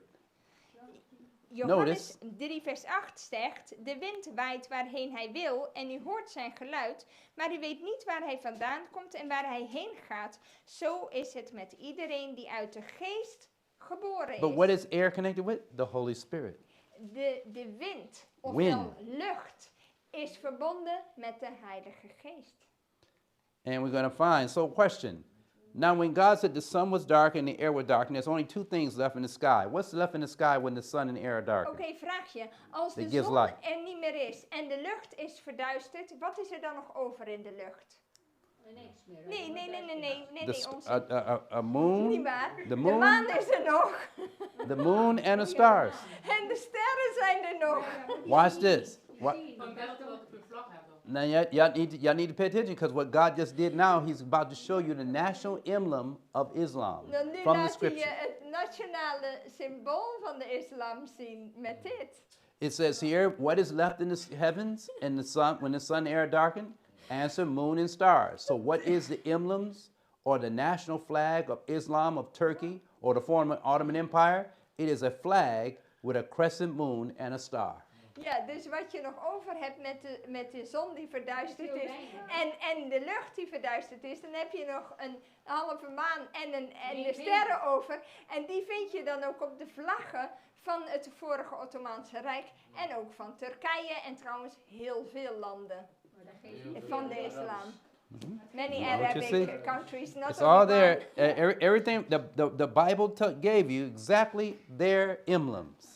De Heer heeft je precies die symbolen laten zien. It's all there. We're not making up anything. This is your word. The word of God is telling your Bible is telling you all this Je step by Bijbel step. vertelt je dit allemaal. Let's go a bit closer. It says here now. Let's be sure. But wind also represents the Holy Spirit. We talked about that. Let's take a look in Acts chapter 2, verses 2 through 4. And suddenly there came a sound from heaven as a rushing mighty wind, and filled the whole house where they were sitting. And there appeared unto them cloven tongues, like as of fire, and sat upon each of them. And they were all filled with the Holy Ghost, and began to speak with other tongues as the Spirit gave them utterance.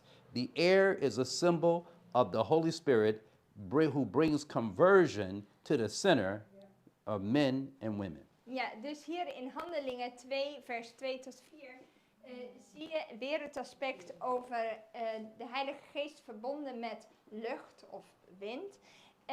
Dan zie je plotseling kwam er uit de hemel een geluid als van een geweldige windvlaag en dat vervulde heel het huis waar ze zaten. En aan hen werden tongen als van vuur gezien die zich verdeelden en het zat op ieder van hen. En ze werden allen vervuld met de Heilige Geest en begonnen te spreken in andere talen zoals de Geest hun gaf uit te spreken. Dus de lucht is een symbool van de Heilige Geest die bekering brengt aan zondige mannen zowel als vrouwen. Okay. Now it says here in Revelation 9:3.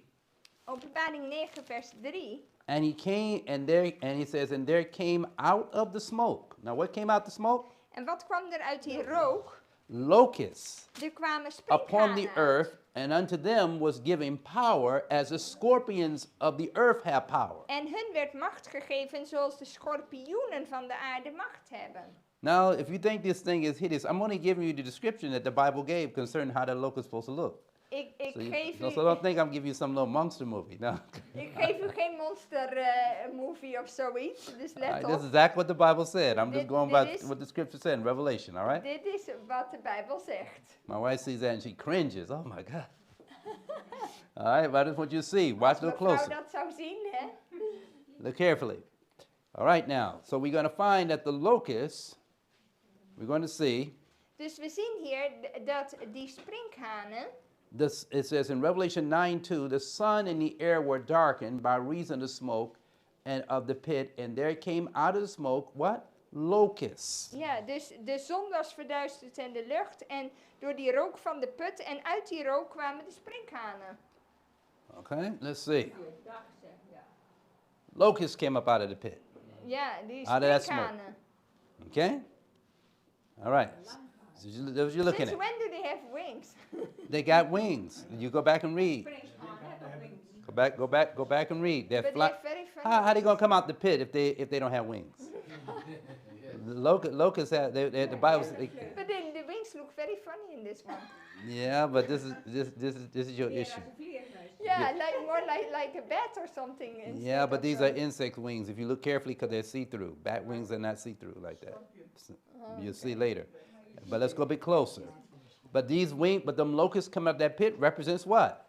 En Watch maar die- this. The locusts is the children of the Middle East, the Arab warrior, Turks, and the Ottomans that are coming up out of that bottomless pit, which is represented the desert or the earth. So don't get caught up in the imagery without understanding what the real meaning is. Oké, de sprinkhanen zijn de kinderen van het Midden-Oosten, de Arabieren, de Arabische strijders, de Turken en de Ottomanen. Okay? Want everybody to see what's going on. That's what you got going on. A little bit closer. Dit is wat er gebeurt. As we're looking at what's happening. Then it says, in the Bedouin romance of Antar, the locust is introduced as a national emblem of the Ishmaelites. This is Mohammedanism Unveiled, Volume 1, page 217.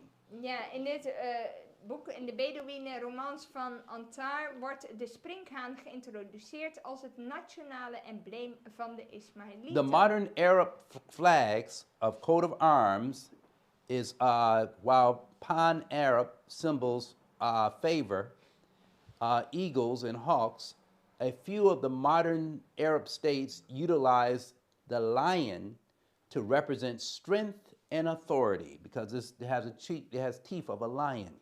What do you mean pan-Arab? Pan-Arab means the Arabian Peninsula. Basically, it's all the pan-Arab Arab nations coming together. Oké, die Arabische naties samen, die hebben normaal ook vaak als symbool de adelaar of andere roofvogels. Maar een paar moderne Arabieren gebruiken ook de leeuw als teken van autoriteit. Because they got hair they have a body like a locust, they have hair like women, and they have the teeth of a lion. Ja, als je verder leest... Everything, all the symbols mean something. Let me just see, where was it? Ja, als je even vergelijkt vers 8, staat er, ze hadden haar als haar van vrouwen, hun tanden waren als tanden van leeuwen. We're going to see. In vers 8, 9 vers 8. Okay, we're going to see that a little closer. Now, where did the locusts come from? Waar kwamen die sprinkhanen vandaan? Let's see where the locusts come from. Laten we kijken waar ze vandaan komen. And we read about, the first time we read about literal locusts is in the story of Moses and on the children in Egypt. De eerste letterlijke sprinkhanen waar we over lezen is in het verhaal van Mozes en de plagen. It says, and the Lord said unto Moses, stretch out thy hand over the land of Egypt, for the locusts, and that they may come upon the land of Egypt, and eat every herb of the land, even all that the hail had left. Toen zei de Heer tegen Mozes, strek uw hand uit over het land Egypte, omwille van de sprinkhanen, zodat zij over het land Egypte opkomen en al het gewas van het land opvreten, al wat de hagel heeft overgelaten. It says, and Moses stretched forth his rod over the land of Egypt, and the Lord brought in what? An east wind upon the land all that day and all that night. And when it was morning, the east wind brought the locust. The locust came Vers with the what? 13. East wind. Pay Toen attention. strekte Mozes zijn staf uit over het land Egypte en de Heere bracht die hele dag en die hele nacht een oostenwind in het land. En het gebeurde toen het morgen geworden was dat de oostenwind de sprinkhanen meevoerde. Dus de sprinkhanen kwamen van het oosten. Okay. And then it says, and the locusts went up upon the land of Egypt and rested in all the coasts of Egypt. Very grievous were they before them, that there were no such locusts as they, neither after them shall be such. For they covered all the whole earth, so that the land was darkened, and did eat the fruit of the trees which the hail had left, and the green herb, it says the green things in the trees. It says here, and said there remained not any green thing in the trees, or in the what? Herbs of the field throughout all the land of Egypt. Vers 14 en 15. De sprinkhanen kwamen op over heel het land Egypte en streken neer op heel het gebied van de Egyptenaren. Een zeer grote zwerm. Nooit eerder is er zo'n zwerm sprinkhanen geweest en hierna zal er nooit weer zo een zijn. Want zij bedekten de oppervlakte van heel het land, zodat het land erdoor verduisterd werd. Ze vraten al het gewas van het land op en al de vruchten van de bomen die de hagel had overgelaten. Er bleef niets groens aan de bomen en aan het gewas van het veld in heel het land Egypte. Do you know what that means? Weet u wat dat betekent? Now in Egypt, that was their eating all the green things, that's economics you're talking right there. Wat je hier ziet is dat heeft een directe invloed op hun economie. Als Their al dat economy groen opgegeten thrived off of this is your food sources you're wordt. talking. Hier heb je het over voedselvoorraden. Now this was the locust coming in Egypt. En die kwam over Egypte. But the locust represents who Maar today? de sprinkhanen, wie stelde The het children of the ervoor? east. De kinderen van het oosten. This is economic pressure being forced upon the people because the locust came in a literal sense here. Economische druk kwam op de mensen hier, omdat de sprinkhanen in letterlijke zin What's happening kwamen right now? op Egypte. Wat gebeurt er nu? What's happening in the food Wat gebeurt er nu met het eten? prices? What's happening on the Strait Met of de Hamas right prijzen. now? Met die straat van Hormuz. Die Who dicht is. controls that strait? Wie beheerst die straat? The children of the east, the De locusts. kinderen van het oosten. Dat zijn de sprinkhanen. And what are they saying causing the food price to go up, gas price to go up? En wat zorgt ervoor dat die gasprijzen en die voedselprijzen stijgen? The Bible is showing you again. De Bijbel laat je zien. If you know the history background, you know je de the geschiedenis characteristics of kent. this what we're talking about here. En de kenmerken. You'll start seeing that the same thing is happening in our time, but on just a little slightly different level, Dan but zie je- using the same powers. Dan zie je dat hetzelfde in onze tijd gebeurt, een beetje anders, maar dat is wel dat dezelfde machten erachter zitten. I want you to see what's happening. Dus kijk goed. And so, what do locusts symbolize? Let's take a look again. En laten we opnieuw kijken wat die sprinkhanen In voorstellen. in Judges 6:3. In Richteren 6 vers 3. And so it was when Israel had sown, the Midianites came up, and the Amalekites, and all the children, it says, and the children of the east, even they came up against them. In Richteren 6 vers 3, want het gebeurde telkens als Israël gezaaid had, dat Midian optrok. Ook Amalek en de mensen van het oosten trokken tegen hen op. Now we saw what the natural locust insect does to green trees and affect the economy, right? Je weet wat we letterlijke sprinkhanen kunnen doen met groene bomen en groene gewassen. Now, Maakt je economisch helemaal stuk. now listen to the symbol that's reality dealing with the children of the east. Listen to these particular people and what they did to Israel. Maar Listen wat carefully. deden de Midianieten, de kinderen van het oosten, hier met Israël? The Bible said, and they encamped against them and destroyed the increase of the earth. What's the increase of the earth? Dan sloegen zij hun kamp tegen hen op en deden de opbrengst van het The land harvest. niet. Dat is The de harvest oogst. that deals with the economics and financial well-being of the country with food, dealing with your food again and economy. Dat heeft weer met de economie en je voedsel te maken. Listen carefully. Let Increase of the earth till they come unto Gaza. Man, anything going on in Gaza Tot right now? waar men bij Gaza komt. Hey, Y'all remember anything that's happening in Gaza right wat now? gebeurt er in Gaza?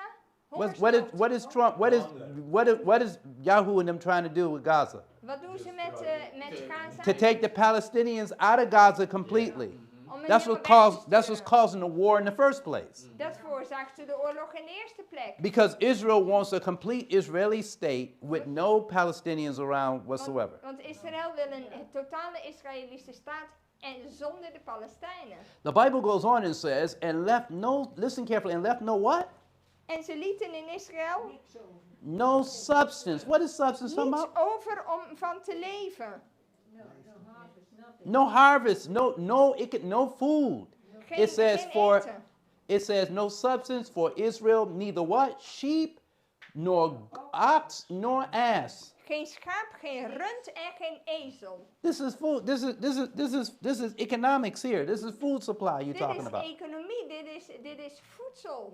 Better pay attention. Voorziening. It's coming. En So, transportation also. so if by I'm the way. so if I'm looking at this in history, and I'm watching this sacred history being repeated again, where I see Islam on the scene now Dus- in modern time. Dus als je dit ziet, deze geschiedenis, en dan weer wat er in onze tijd gebeurt. What is the Bible warning me, or what can I expect to start happening if the war continues the way it's going now? Wat kan ik dan verwachten als dit verder gaat, deze oorlog? I can expect economic fallout. dan kan ik economische problematiek High gaan prices in zien. food and gas. Hoge prijzen met People protest in the streets. protesten, tekort aan eten. Economic collapse or shutdown. Ja, economisch dat dingen failliet gaan. Oh, In elkaar I vallen. want you to see, God tells us everything ahead of time if we pay attention. God vertelt ons alles van tevoren als we maar goed opletten. And the Midianites, Judges 7:12, look what it says. Ga even naar hoofdstuk 7, vers 12. The Midianites and the Amalekites and all the children of the east lay along the valley. All the children of the east lay along the valley like what? En Like Midian grasshoppers. En Amalek en al de mensen van het oosten lagen in het dal, zo talrijk als sprinkhanen. For multitude, and their camels, listen, and their camels were without number as the sands by the seaside for multitude. En hun kamelen waren ontelbaar, zo talrijk als de zandkorrels die zich aan de oever van de zee bevinden. So imagine this people Dus deze mensen left no substance for Israel. lieten niets voor Israël over. And they lay along the valley like what? En ze waren als Locusts or sprinkhanen grasshoppers. in dat dal. Who is this referring to? The children of the east. En waar ging dat over? De kinderen van het oosten. The Middle East, what you're watching right now. Midden-Oosten, waar je nu over hebt. All right? The locusts are the children of the east, the Middle East, the Arabic world. De sprinkhanen zijn de kinderen van het oosten, het Midden-Oosten, de Arabische wereld. And what are they saying now? En wat zeggen ze? Stop the war, save Gaza. Stop de oorlog, red Gaza. This is what you just see. What you see. This is modern children of the east today. Dit zijn de moderne kinderen van het oosten. And we're watching the economic fallout taking place because they claim to be controlling the Strait of Hamas, so they deals with business and trade. En zij beheersen die straat van Hormuz die alles met de economie te maken heeft. Ja, en same brother en sister, hè? Moslims. Uh-huh. Let's go closer. Half, Now, hè? in Revelation 9:5, the Bible likens to them. The Bible talks about where their power is at. In Openbaring 9 vers 5 zien we waar hun kracht in ligt. It says, and to them were given that they should not kill them, but that they should be tormented 5 months. For their torment was as a torment of a scorpion when it striketh a man. En hun werd macht gegeven, niet om hen You ever te get stung by a doden, scorpion maar before? om hen te pijnigen 5 You don't want to get maanden bit. lang. You don't want Hun it. pijniging was als de pijniging door een schorpioen wanneer hij een mens steekt. En dat is behoorlijk pijnlijk. You don't want to get stung by no scorpion. Believe me when I tell you. It says here the prophecy of the 5 months in that stand. Now this we're gonna break here as we come down to this point right here, because still a lot more to cover. But to give you a break, it says the prophecy of the 5 months in the prophecy of 5 months in prophecy. A day stands for a year. Ezekiel 4:6 and Numbers 14:34. Ja, oké, 1 second. Mhm. Dus de profetie, dat die macht hun gegeven werd om niet te doden, maar wel te pijnigen, duurde 5 maanden lang. We weten dat 1 dag voor een jaar staat. Dus hoeveel heb je dan? And so we're going to find in Numbers 14:34. Zoals we zien in Numeri 14, vers 34. And after the number of days you search the land, even 40 days, each day for a year, shall ye bear the iniquity 40 years, and ye shall know the breach of promise. Ja, dus Numeri 14, 34. Hier zien we het dag-jaar-principe. Overeenkomstig het aantal dagen dat u dat land verkend hebt. 40 dagen voor elke dag een jaar. Zult u uw ongerechtigheden dragen. 40 jaar lang en u zult van mij tegenstand ondervinden. There are 30 days in a biblical month. Er zijn in een Bijbelse maand 30 dagen. 30 times 5 is 150 days or 150 years. Ja, dus het komt op 150 dagen, zijn 150 jaar. Want 5 keer 30. In Revelation 9:3 it says, and to them were given power as the scorpions of the earth have power. In Openbaring 9 vers 3. En hen werd macht gegeven zoals de schorpioenen van de aarde macht hebben. Okay? It says the sting of the scorpion is in his tail. The tail is the teachings of the Quran. Ja, de steek van een schorpioen zit in zijn staart. En de staart is de leer van de Koran. Okay? And so that we know that these were the children of the east. Dit zijn de kinderen van het oosten. And they have a sting in their tail like a scorpion when it strikes of a man. En ze hebben... Ai, ai, ai. Okay? Okay. I want you to see, all right? Okay. You get the idea, all right? Het idee. Ai, ai, Right? ai. But It's John really saw bad. it also. Yeah, John saw it too, right? This thing in scorpion said, yeah, I think, oh, well, Pastor Barry showing a violent act here. Hold on. Okay. Let's get the idea. That's what it's talking about. Then it says here in Revelation 9:4, and it was commanded they should not hurt the grass of the earth, nor any green thing, and any tree, only those men who have not the seal of God in their foreheads. Maar vers 4 zegt, en tegen hen werd gezegd dat ze geen schade mochten toebrengen aan het gras van de aarde, of welke groene plant of welke boom dan ook, maar alleen aan de mensen die het zegel van God niet op hun voorhoofd hadden. Now we're going to stop here We gaan hier because stoppen, we done with the seal of God aspect, and we're going to talk about that a little bit. But same time, what we're going to see that there were people in those times that were keeping the Sabbath, and because they were Sabbath keepers, the Muslims had respect for them and didn't harass them or do anything to them. we zullen zien dat diegenen die het zegel van God hadden, dat het die mensen waren die de Sabbat in ere hielden. En dat daardoor de moslims respect hadden voor die mensen en hun in leven lieten. And we're going to find out that if it wasn't for the Muslims, there would have been no Protestant Reformation. En we zullen ook zien dat als er geen moslims waren geweest, dan was er helemaal geen protestantse reformatie geweest. Now I know it's a lot, but Dat is dankzij de moslims.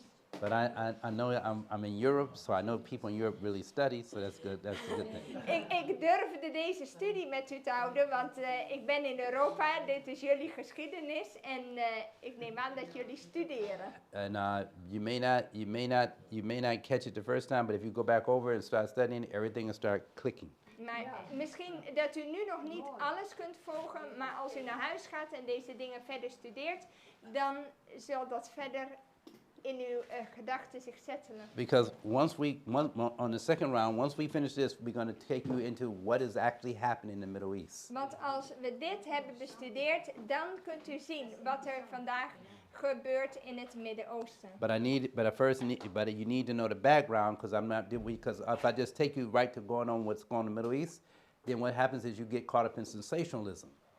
Ja, But you don't know what the real foundation is or why we're talking about that. als ik direct u zou laten zien van wat er gebeurt, zou u dat kunnen nemen als iets wat sensationeel is.